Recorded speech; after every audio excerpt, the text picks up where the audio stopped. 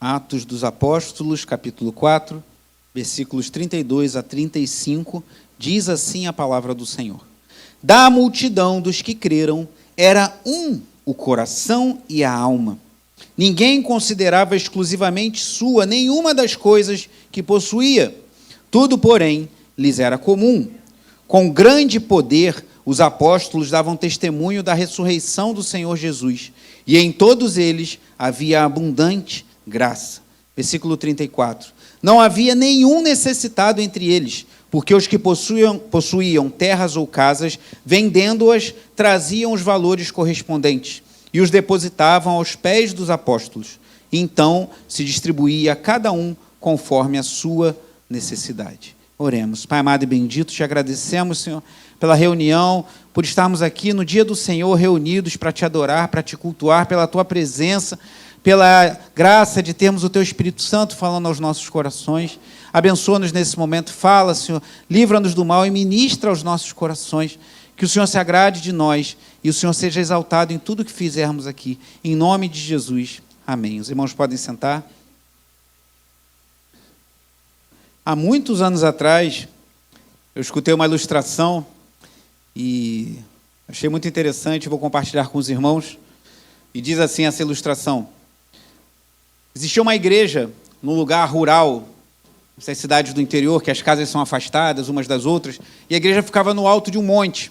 Uma igrejinha pequena, simples, e que não tinha energia elétrica. Não chegava energia elétrica para aquela igreja. Contudo, os irmãos se reuniam frequentemente, inclusive no domingo à noite, como estamos fazendo aqui. E uma pessoa ficou curiosa, porque sabia que não existia energia elétrica naquela igreja, mas quando chegava o culto de domingo à noite, a igreja estava iluminada. Ele pensava, como é que pode ser isso? Eles não têm gerador, é lá no alto do morro. Eles não conseguem levar diesel para colocar um gerador a diesel para gerar energia, não tem energia elétrica, não tem o que fazer para que tenha luz. Como é que todo domingo à noite, quando eu olho aquela igreja lá ao longe, no alto do morro, ela está iluminada e os cristãos estão lá cantando, cultuando ao seu Deus? E um dia, esse homem curioso decidiu ir lá na igreja meio disfarçado e chegou um pouco antes e ficou de longe observando o que eles iam fazer para que tivesse luz naquela igreja para que eles cultuassem a Deus. E ele observou que, uma hora antes do culto, vinha vindo uma família andando por uma trilha e com um lampião, uma candeia na mão. E chegou na igreja com aquela candeia acesa. E daqui a pouco veio vindo. Meia hora antes já tinha umas 4, 5 famílias, cada família trazia uma candeia até a igreja. E aí, mais próximo à hora do culto, chegou o povo. Aquela igreja era como todas as igrejas, o pessoal chega mais próximo à hora do culto. Mas, graças a Deus, o pessoal agora está chegando menos atrasado. Acho que de tanto perturbar a cabeça dos irmãos, estão chegando mais cedo. E aquilo que eu falo, é melhor vir atrasado para a igreja do que não vir. Ah, furou o pneu do ônibus, aconteceu alguma coisa, a criança fez aquela beleza antes de você sair de casa e te atrasou, aconteceu alguma coisa, teve um imprevisto, vou chegar atrasado da igreja. Venha atrasado, é melhor chegar atrasado do que não vir, mas não faça o atraso uma constância. Se puder chegar antes do culto, não chegue na hora do culto. Chegue antes do culto, dobre seus joelhos, ore, dedique um tempo em oração, prepare-se para o culto a Deus. E aqueles irmãos assim faziam, e aquele homem observou que a igreja ficava iluminada, porque cada um trazia uma candeia, cada um trazia o seu lampião, e colocavam na igreja, e a igreja tinha luz para o culto, e ao final do culto, cada um pegava o seu lampião e ia embora para casa. Aquela igreja era iluminada pela luz que cada família, cada irmão, cada jovem, cada homem, cada mulher trazia para iluminar aquele local. E eu faço essa ilustração porque essa noite eu quero falar sobre igreja, sobre a importância de sermos uma igreja que vive em comunhão, sobre a vida em comunhão da igreja. E para isso nós vamos voltar nossos olhos para esses poucos versículos que li, que são impressionantes. O que nós vemos aqui parece uma janela do céu. Parece que abriram uma janela do céu e vimos uma igreja que parece ser perfeita. O que nós vamos olhar aqui nesse texto de Atos 4 é um reflexo, uma reportagem, por assim dizer, uma informação acerca daquela igreja que passava por dificuldades, mas que estava unida. E que isso sirva de exemplo para nós, como algo a ser perseguido por nós, uma igreja que vive uma verdadeira comunhão com Deus e uns para com os outros. Veremos nesses versículos que são muito marcantes, até um cântico, eu ia até trazer hoje de manhã, mas não deu tempo, de repente numa próxima ministração, que é baseado exatamente no versículo 32, eu acho que ele é do Guilherme Kerr, da multidão dos que crerão, era só um, o coração e a alma. Alguém conhece? A Diná conhece, que eu falei com ela de manhã, ela já me mandou pelo menos uma pessoa. Então a gente tem que trazer para a igreja. Aí, Paulinho, mais um motivo aí para a gente trazer esse cântico, para que os irmãos conheçam, que é uma música belíssima, que fala justamente dessa passagem, da comunhão que havia naquela igreja. Então, o primeiro ponto que eu queria chamar a nossa atenção, a partir dos versículos que lemos, o que caracterizava a vida daquela igreja. O que aquela igreja tinha de tão especial, que, como eu disse, parece se abrir uma janela do céu e está olhando algo extraordinário acontecendo, que de fato era. Versículo 32 diz assim, da multidão dos que creram, era um o coração e a alma. Primeira coisa que eu quero chamar a atenção naquela igreja, se você gosta de fazer anotações, e isso é bom, anote que aquela igreja tinha unidade. Havia unidade. Olha, e o termo que Lucas usa, aqui inspirado pelo Espírito Santo, é muito marcante, pois fala que era um o coração e a alma. Ele podia escrever assim, né? Aquela igreja, que tinha muita gente, porque houve uma conversão em massa, relatada no capítulo 2, e depois no capítulo 3, e a gente vê muita gente chegando à igreja. Ele podia falar, aquela igreja era muito unida, aquela igreja vivia junto, aquela igreja gostava de estar junto, aquela igreja fazia tudo junto. Mas ele usa uma certa dose de poesia e de beleza aqui, pois diz, da multidão dos que creram, era um o coração e a alma. Que coisa linda, irmãos. A unidade que havia naquela igreja. A mesma unidade que nós vemos em Atos 2, 42 a 47, que é o tema que estamos usando para os temas semanais do nosso período de jejum e oração. Estamos num período de 40 dias iniciado no dia 1º de setembro, indo até dia 10 de outubro, e colocamos temas fixos de oração, as famílias da igreja e as famílias de forma em geral, a nossa igreja local, a nossa denominação e as igrejas de forma em geral, inclusive a igreja perseguida, e a nação brasileira. 3 temas gerais, famílias, igreja e nação. E a cada semana temos colocado temas específicos baseados em Atos 2, 42 a 47. Volte comigo lá para Atos 2.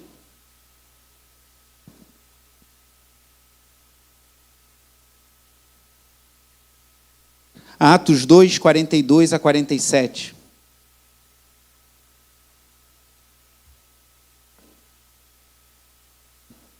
Diz assim, e perseveravam na doutrina dos apóstolos e na comunhão, no partir do pão e nas orações. Em cada alma havia temor, e muitos prodígios e sinais eram feitos por meio dos apóstolos.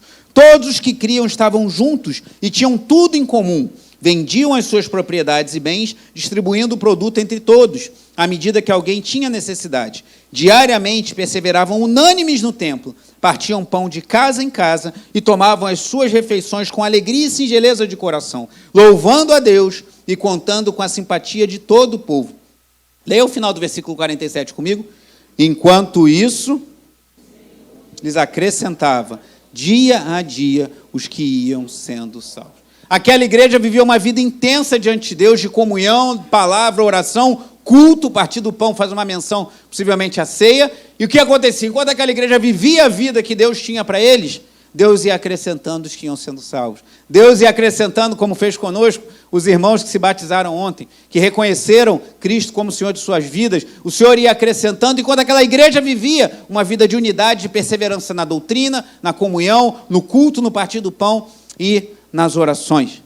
E semana passada, como tema semanal, tivemos a perseverança na doutrina, Atos 2, 42. E essa semana, que se inicia hoje, vamos orar pela comunhão, que é o tema dessa mensagem, e que, permitindo Deus, nos próximos domingos, eu vou pregar à noite sobre os temas específicos de oração dessas semanas de jejum e oração, de 40 dias de jejum e oração, que teremos em setembro e início de outubro. Então, eles perseveravam na comunhão, eles estavam unidos. Agora, será que unidade é a mesma coisa que uniformidade? Será que para andarmos juntos temos que pensar todos iguais? Tudo a mesma coisa? Todo mundo tem que pensar exatamente igual? Não, irmãos.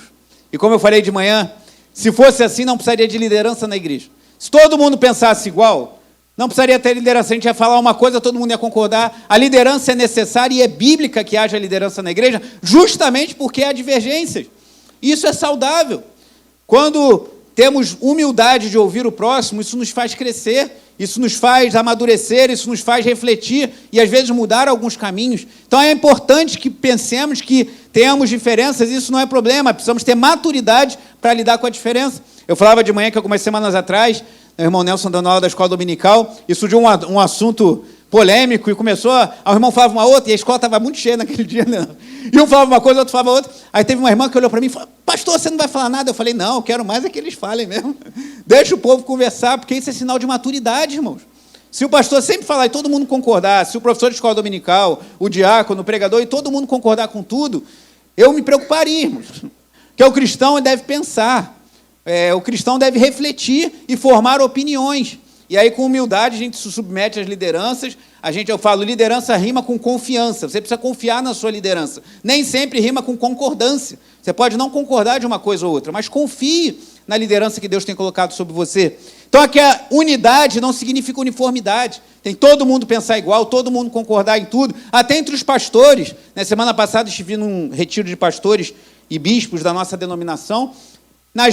Eu numa mesa, conversando com mais uns 4 pastores, teve um que falou um negócio, nada de pecado, nada de errado, mas que eu discordo frontalmente, é um grande amigo meu, não é da freguesia, não fiquem preocupados, é de uma outra igreja, mas eu só não falei com ele na hora, porque a gente estava falando de outro assunto, mas aquilo ficou, falei, não, tem que conversar com esse irmão, porque ele é muito meu amado, eu não concordo com o que ele falou, eu amo, ele é um homem de Deus, uma bênção na minha vida, na vida de muitas pessoas, mas vamos depois sentar para conversar. Nós discordamos, nós divergimos e devemos, em amor, discordar e reconhecer. Então, havia unidade, havia amor, havia graça ali, mas isso não quer dizer que todo mundo pense igual. A gente vive um momento difícil. Eu acho que a gente vive um momento muito grave, mas muito grávido, como disse certo filósofo contemporâneo. Por quê? É grave porque o país está num momento muito estranho, mas eu acho grávido no sentido que tem um potencial, porque o brasileiro está começando a pensar política, isso é bom, irmãos. Só que a gente está pensando ainda de uma forma muito orgânica, muito nas vísceras e não na mente. Então, as pessoas discutem de política como se estivesse falando da mãe. E a gente precisa ser um pouco mais racional e enxergar as virtudes e defeitos de cada lado, mas esse não é o assunto. Mas a gente também, na igreja, discordar em amor, discordar com humildade.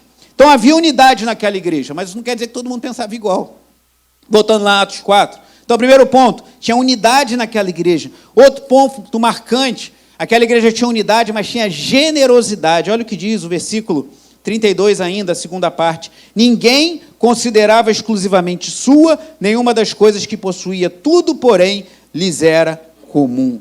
Aí alguém pode pensar, isso é um protocomunismo?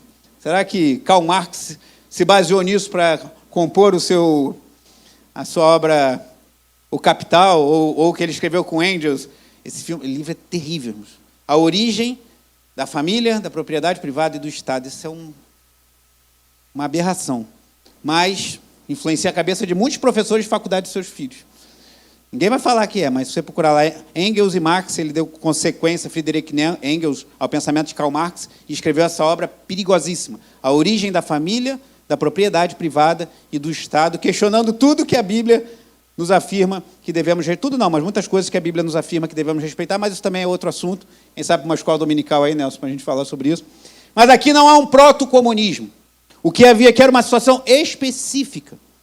Os judeus que se convertiam a Cristo, aqui a igreja estava em Jerusalém, ainda não tinha sofrido a perseguição após o martírio de Estevão, Atos capítulo 7, e a expansão de Atos capítulo 8. A igreja está em Jerusalém, e aqueles que se convertiam a Cristo, muitas vezes eram expulsos da sua família, das suas posses, dos seus bens.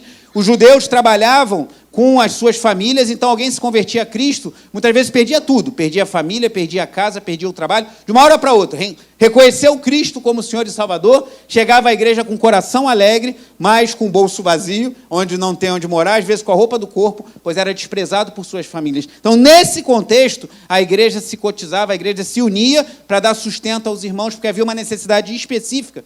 E a prova disso é quando Paulo fala aos presbíteros de Éfeso, lá na praia de Mileto, Atos capítulo 20, ele fala que para aqueles irmãos, ele pregava publicamente de casa em casa, mostrando que os irmãos continuavam tendo casa. Isso não quer dizer que você entrou para a igreja, você tem que dar a sua casa para os irmãos, mas devemos buscar suprir as necessidades uns dos outros, mas sem necessariamente você ter que dar tudo que você tinha. Mas aqui isso acontecia por uma causa específica. Aquele povo, ao se converter a Cristo, estava passando necessidade. Aquele povo, ao se converter a Cristo, não tinha mais onde morar, não tinha onde trabalhar, não tinha o que comer, não tinha o que vestir, e a igreja se unia para dar suporte a esses irmãos. Então havia unidade, mas havia generosidade. Isso é uma coisa, irmãos, que eu, louvado seja Deus, eu vejo muito em nossa igreja aqui do Anil, e já vi quando cheguei aqui, né? Quando eu cheguei aqui não era assim, agora não. Já vi isso desde que cheguei aqui, um povo generoso, um povo que ama abençoar. Ontem tivemos um bazar voltado para missões, a irmã Lúcia organizou, esses valores estão sendo direcionados para algumas iniciativas que temos missionárias, e vejo os irmãos abençoando, trazendo alimentos para a cesta básica, se preocupando um com o outro. Faça isso, isso é grato aos olhos de Deus. Então, aquela igreja era assim, era uma igreja que tinha unidade e tinha generosidade. Mas aquela igreja também tinha a proclamação da verdade. Então, tinha unidade, generosidade e proclamação da verdade. Porque muitos pensam que a igreja deve ser como se fosse um clube, como diz o Biscoitinho, um clube social, em que as pessoas vêm, interagem, têm alegria, mas não deve ter doutrina. Essa igreja não, ela tinha unidade, tinha generosidade, tinha comunhão verdadeira, mas tinha doutrina. Olha o que diz o verso 33. Com grande poder, os apóstolos davam testemunho da ressurreição do Senhor Jesus, e em todos eles havia abundante graça. Então a igreja tem que ter unidade, a igreja tem que ter generosidade, mas a igreja tem que ter a proclamação da verdade. Senão vira um clube, irmãos. Então nós temos que pregar o evangelho, e eles com poder, por isso que temos que orar, por isso que estamos jejuando, pedindo a Deus que nos revista de poder. Não podemos fazer a obra de Deus na força do nosso braço. Os apóstolos aqui faziam no poder do Espírito Santo. Então eles iam a campo, eles iam pregar, mas iam no poder do Espírito Santo. Estamos organizando e está tudo bem encaminhado nesse sentido. Nós estamos desenhando, eu peço a sua oração nesse sentido, para fazermos um culto espanhol. Seria no final de outubro, mas teve uma mudança de data. A gente vai falar sobre isso ainda nesse culto, mas possivelmente vai ser no segundo sábado de novembro, ou terceiro sábado de novembro. A gente está fechando essa data, vamos divulgar em breve. A gente está planejando um culto em espanhol aqui na igreja, todo em espanhol. Eu não vou pregar porque eu não sei falar espanhol. Já estamos em contato com um pastor peruano para pregar em espanhol. Os louvores serão ministrados em espanhol, a abertura vai ser em espanhol, tudo em espanhol, visando alcançar não somente, mas especialmente a comunidade de venezuelanos que tem chegado aqui no Rio de Janeiro e se alojado aqui no Itaiangá, Rio das Pedras, Morro do Banco, que é ali para cima. Temos já uma família de venezuelanos, um rapaz que trabalha aqui no posto, já esteve aqui na igreja. E nós, ore nesse sentido, a gente está buscando criar condições para ministrarmos a esse povo, e se Deus nos der essa graça, a gente tê-los aqui na igreja, ministrando a ele. Se vierem e não falarem português, eu não sei o que a gente vai fazer, Deus proverá. Mas vamos abrir essa janela e pedir a Deus que traga pessoas hispânicas aqui, de origem hispânica, para latinos, né? Nós também somos latinos, mas que falem em espanhol, para ouvirem o evangelho aqui nesse lugar. E aí precisamos do poder do Espírito Santo para pregar, seja em português, seja em espanhol, o evangelho com poder para esse povo. Ore por isso. Peça a Deus que nos dê direção. E uma vez a gente consolidando, a gente vai fazer uma arte, vai fazer material de divulgação, onde você esbarrar com venezuelano, com peruano, com boliviano, com paraguaio, com argentino. Olha, vai ter um culto lá todo em espanhol. Você ouvir na sua língua, vem aqui para a nossa igreja, a gente vai dar material para vocês divulgarem e vamos trazer aqui para que eles possam ouvir. Mas a gente precisa do poder do Espírito Santo. Não basta saber falar espanhol. Precisamos do poder do Espírito Santo para que Deus quebre cadeias e ministre a esses povos, especialmente ao povo venezuelano, que eu não vou falar de política novamente, mas que sofre tanto debaixo de uma cruel ditadura terrível naquele país. Então, eles pregavam com poder, eles pregavam o evangelho, pregavam a verdade. Versículo 34, novamente a generosidade daquele povo. Não havia nenhum necessitado entre eles, porque os que possuíam terras ou casas, vendendo-as, traziam os valores correspondentes. E observe o último aspecto que eu quero chamar a atenção daquela igreja. Falei de unidade, generosidade, de proclamação da verdade, e também havia reconhecimento de autoridade.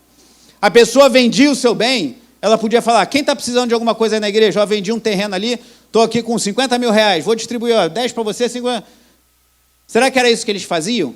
Ou faziam uma caixinha, quem está precisando aí para a gente distribuir, vou usar o dinheiro da casa que eu vendi para comprar a cesta básica e vou distribuir para os irmãos. Olha o que eles faziam, versículo 35.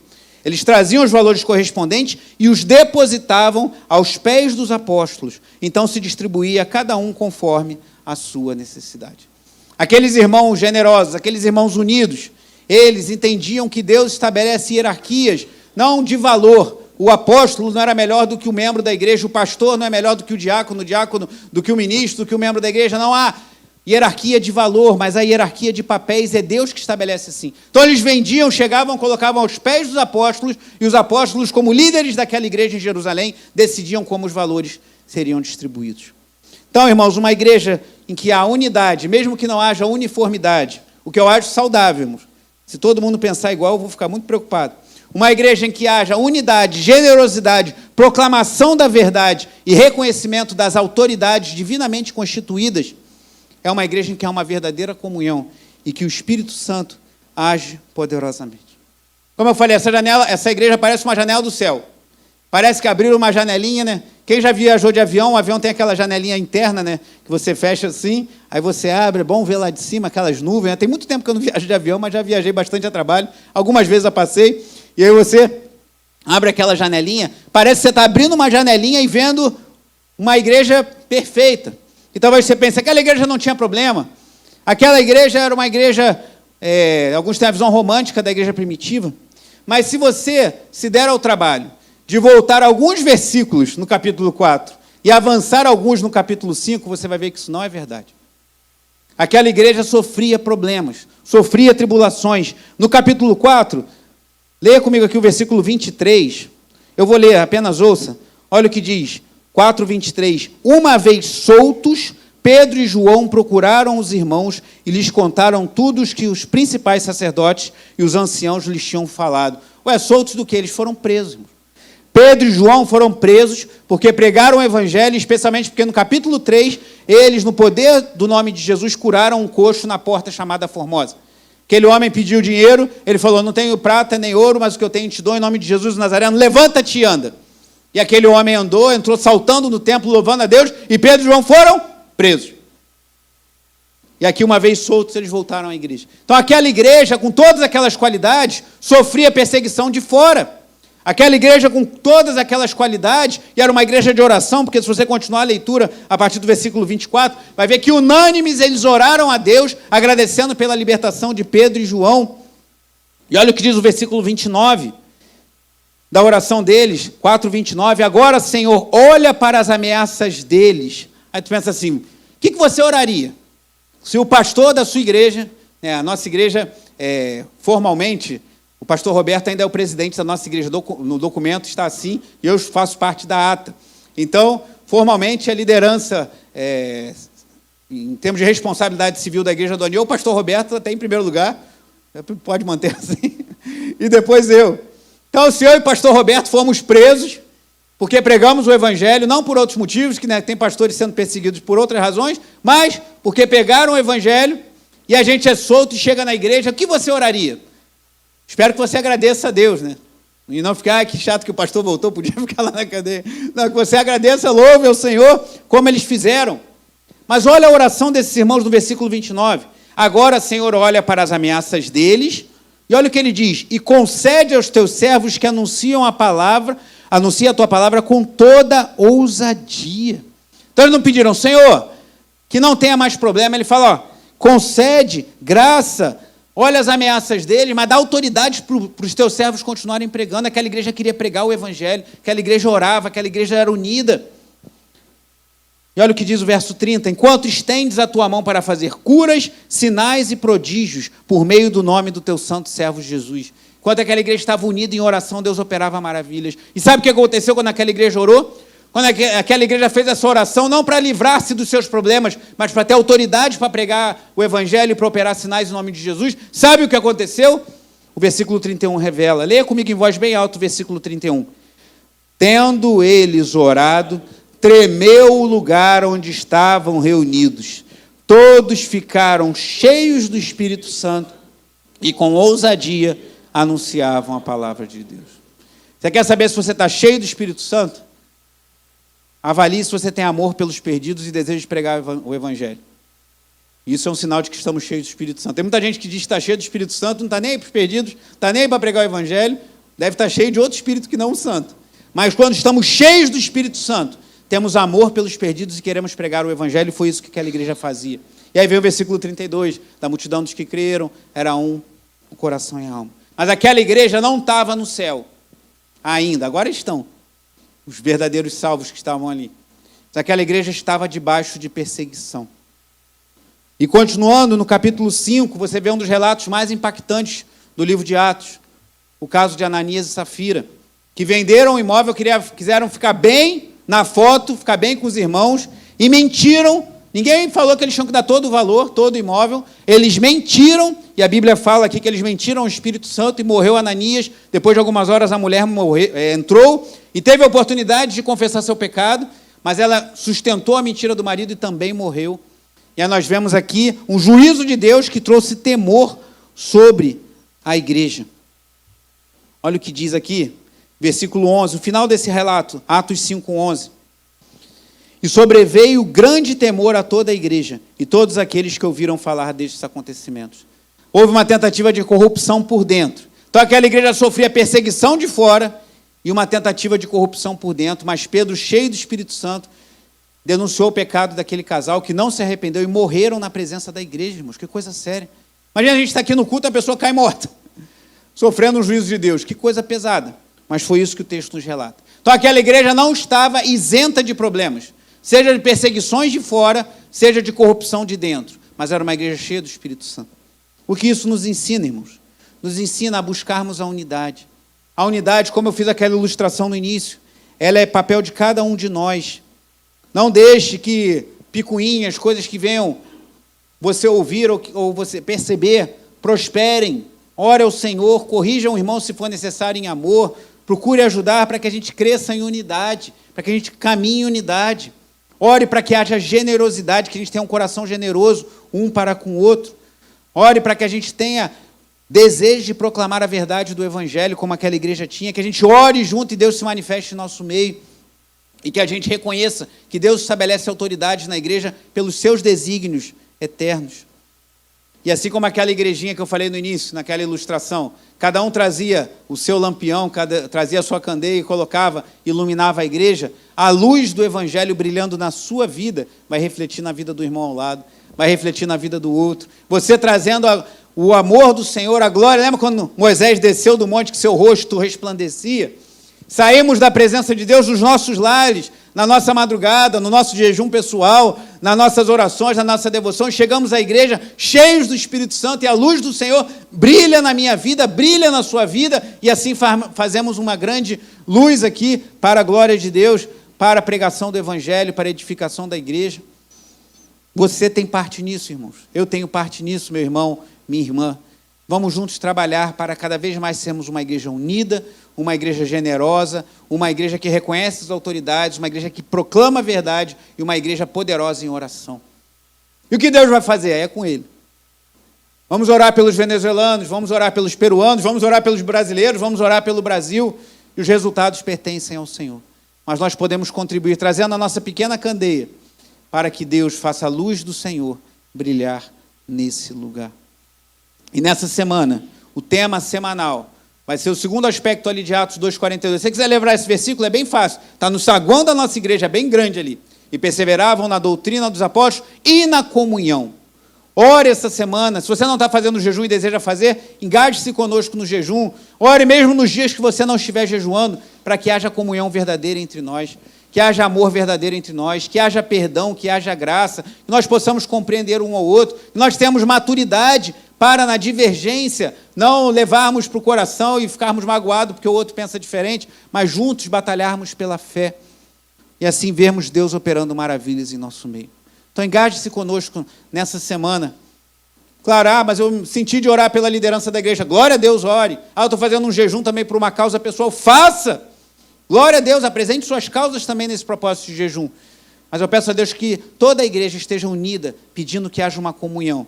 Isso é porque eu estou preocupado, que eu estou vendo divergência na igreja, viu, irmão, brigando? Não, isso é porque eu estou seguindo o texto bíblico que está lá no saguão. Oramos semana passada pela perseverança na doutrina, na palavra de Deus. Hoje, essa semana, vamos orar pelo aprofundamento, a perseverança na comunhão entre os irmãos. Que é uma igreja que vive uma verdadeira comunhão. Não uma comunhão falsa, uma comunhão interesseira, mas uma comunhão verdadeira. Deus opera maravilhas. Irmão. E essa é a minha oração por nós, pela nossa igreja. E essa igreja de Atos é um exemplo para todos nós, de uma igreja que perseverava na comunhão, no partir do pão, na preocupação um para com o outro, na unidade, na generosidade, na proclamação da verdade. Vamos orar. Vamos ficar todos de pé, por gentileza.